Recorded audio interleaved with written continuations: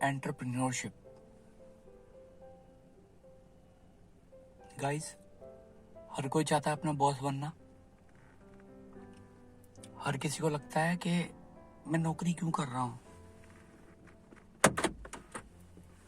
मैं भी Steve jobs बन सकता हूं, बिल गेट्स बन सकता हूं। मैं भी कुछ ऐसा करूं कि मेरा खुद का एक अच्छा सा बिजनेस हो और बहुत सारे लोग हो जिनको मैं जॉब प्रोवाइड करूं, अपनी कंट्री की ग्रोथ में कंट्रीब्यूशन करूं। यही होता है ना। बहुत सारे लोग हैं हिंदुस्तान में, इंडिया में ऐसे जो जॉब कर रहे हैं या अपने छोटा बिजनेस कर रहे हैं या बड़ा बिजनेस भी कर रहे हैं, बट दे वांट के यार कुछ तो करना है लाइफ में। एंटरप्रेन्योरशिप की तरफ जाना चाहते हैं वो लोग। अब एक बेटर एंटरप्रेन्योर बनने के लिए बहुत सारी चीजों की जरूरत होती है। अब आपने पढ़ ली कुछ बायोग्राफीज, अब आपने पढ़ ली कुछ बुक्स, आपने पढ़ ली कुछ सक्सेस स्टोरीज। अब आप फुल हो गए और पूरा एंथुसियाज्म आ गया आपके अंदर, भाई अब तो हम फाड़ देंगे। That is not the way. Entrepreneurship अच्छी बात है, लेकिन उसके लिए रिक्वायरमेंट क्या क्या होती है ये आपको समझना पड़ेगा।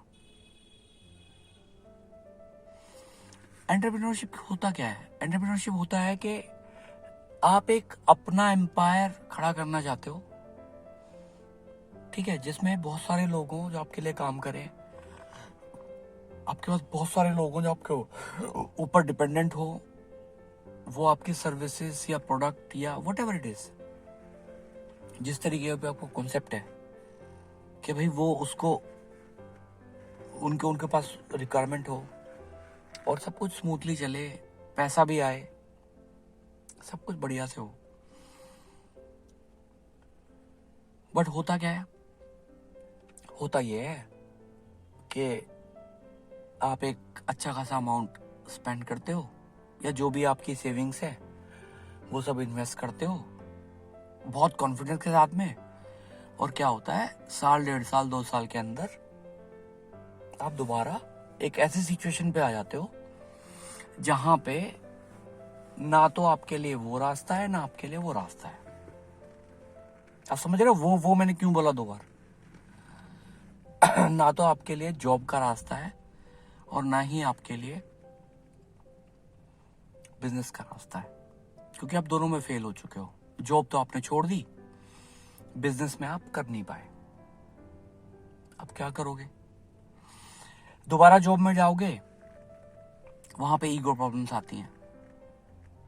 पहले जब आप जॉब में थे, एक एंटरप्रेन्योरशिप वाला सेशन से पहले जब आप जॉब में थे, तब आप न्यूट्रल थे, तब आपने ओनरशिप को टेस्ट नहीं किया था कभी, राइट? उसके बाद फेल होने के बाद जब आप जॉब में जाओगे तो आपने तो एक ओनरशिप को टेस्ट किया हुआ है। अब तो जो आपके कलीग्स हैं, आपको लगेगा कि यार तेरे को तो नौकरी पे रखा है तेरे ऐसे लोगों को तो। That is the problem. और फेल क्यों होते हैं? एक्चुअली ये वीडियो या ये वीलॉग या ये ऑडियो लॉग इसीलिए है कि लोग फेल क्यों होते हैं एंटरप्रेन्योरशिप में। सबसे पहली बात, योर आइडिया। अगर आपको लगता है कि your idea is the best in the world, that doesn't mean it is the best in the world. ये तो वर्ल्ड डिसाइड करेगा कि ये बेस्ट है कि नहीं है, राइट? सेकेंड थिंग, कि जिस आइडिया के ऊपर आप काम कर रहे हो और उसके पीछे अपनी सारी सेविंग इन्वेस्ट कर रहे हो, उस आइडिया के एग्जीक्यूशन का आपको नॉलेज है? नहीं है। भाई मैं जॉब करता था अकाउंटेंसी में, फॉर एग्जाम्पल मैं जॉब करता था अकाउंटेंसी में, मेरे को एक आइडिया आया कि मैं ना गोल्ड ज्वेलरी बेचना शुरू करता हूं। और गोल्ड ज्वेलरी का मुझे पता ही नहीं गोल्ड कहाँ से आना है, क्या होना है, कैसे होना है, तो डिपेंडेंसी बन जाती है। अब जब डिपेंडेंसी बन गई, मैंने लोगों को ढूंढा कि भाई ये मेरे लिए सोर्सिंग करेगा, ये मेरे लिए डिजाइन करेगा, ये मेरे लिए मैन्युफैक्चरिंग करेगा। अब डिपेंडेंसी जो है ना वो मुझे कभी आगे नहीं बढ़ने देगी, ठीक है? क्योंकि जो जिन लोगों के ऊपर आप डिपेंडेंट हो ना, उनके पास वो आप ही के ऊपर डिपेंडेंट नहीं है, आपके जैसे 10 लोग हैं जिनके लिए वो काम कर रहे हैं। So you have to be very careful about that thing. वो आपको कहानियां सुनाएंगे, आप उनकी कहानियां सुन लोगे, क्या करोगे? आपको पता तो है नहीं क्या करना है, आपको टेक्निकल नॉलेज तो है नहीं। आपको कहानियां सुनाएंगे, आप सुन लोगे और you will waste your time. दूसरी चीज कि भाई जो बिजनेस आप कर रहे हो उसमें आपको प्रैक्टिकल नॉलेज नहीं है और ओनर तो आप हो, ठीक है? और वो ओनर भी जब आप बने तो आपने एक सर्टेन अमाउंट प्लान किया कि इतना अमाउंट मैं इसमें इन्वेस्ट करूंगा, और उस इन्वेस्टमेंट के through, I am so sorry मेरा गला थोड़ा खराब है, ओके, तो उस इन्वेस्टमेंट के थ्रू आपने एक सर्टेन ड्यूरेशन रख ली अपने कैलकुलेशन के हिसाब से, और आपने प्रोडक्ट या सर्विस भी डिजाइन कर ली, और आपको अपने एक्सपीरियंस के थ्रू लगा कि ये तो सब ले ही लेंगे, ये तो अमेजिंग है। बट ऐसा नहीं होता, actual thing is very different. ये मैं अगर बोलूं तो एक सीधे शब्दों में समझाता हूं आपको, ये जरूरी नहीं है कि आप अगर अच्छे आर्टिस्ट हो तो आप अच्छे बिजनेसमैन भी हो सकते हो। और एंटरप्रेन्योरशिप में दोनों चीजों की जरूरत होती है, एक अच्छे मैकेनिक, एक अच्छे आर्टिशियन, एक अच्छे मार्केटिंग, एक अच्छे सेल्स, सब चीज की जरूरत होती है। वो सबका नॉलेज तो आपने नहीं लिया है ना अपनी लाइफ में, आपने एक सर्टेन फील्ड के अंदर ही काम किया है। तो और आपको बनना है बिल गेट्स, स्टीव जॉब्स, आप इंस्पायर्ड हो उनसे, लेकिन उनकी स्ट्रगल भी तो देखो ना। जो स्टीव जॉब्स सर ने बोला कनेक्टिंग डॉट्स, वो बहुत मैटर करता है। अगर किसी ने वो वीडियो नहीं देखी है तो आप यूट्यूब पे जाके कनेक्टिंग डॉट्स करके सर्च करो, आपको वीडियो मिल जाएगी, तब आपको समझ में आएगा एक्चुअली एंटरप्रेन्योर बनने के पीछे कितनी सारी स्ट्रगल होती है। और ये जरूरी नहीं है कि जो स्ट्रगल उन्होंने करी सेम स्ट्रगल आपको करनी होगी, नो, आपकी स्ट्रगल बहुत अलग होगी, क्योंकि आप स्टीव जॉब्स तो नहीं हो ना, आप तो आप हो। तो और फंड्स बड़े लिमिटेड है,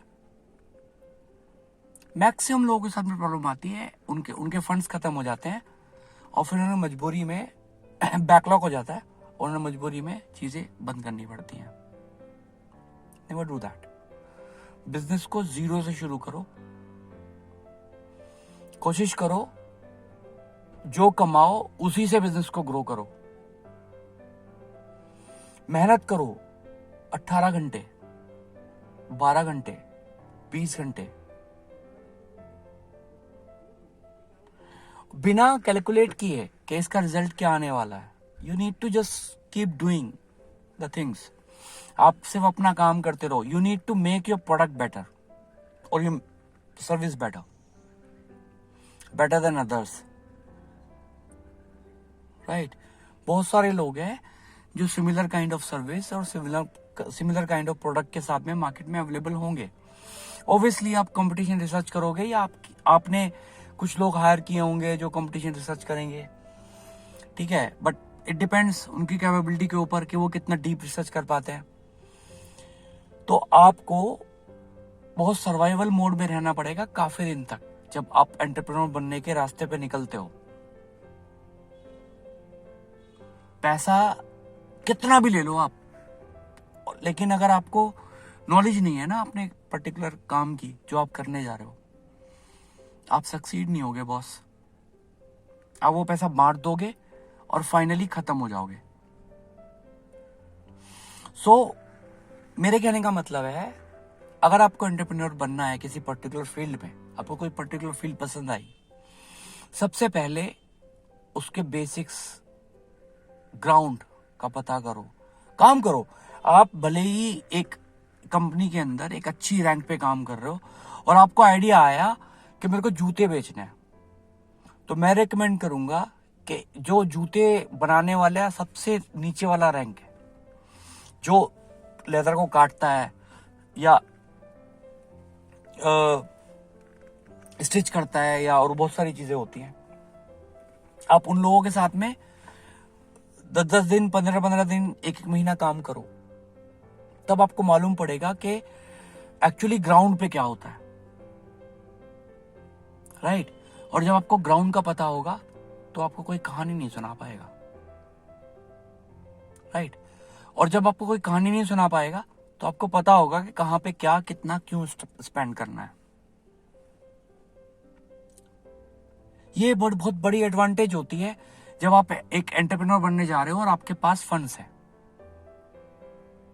राइट। और एक ये बहुत बड़ी डिसएडवांटेज होती है कि आप एंटरप्रेन्योर बनना चाह रहे हो, आपके पास फंड्स नहीं है।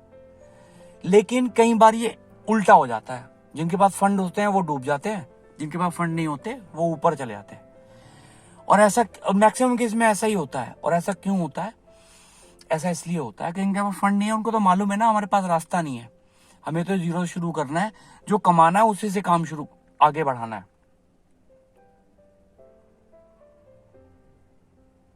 तो if you want to become a successful entrepreneur, take a knowledge of the ground. Thank you guys.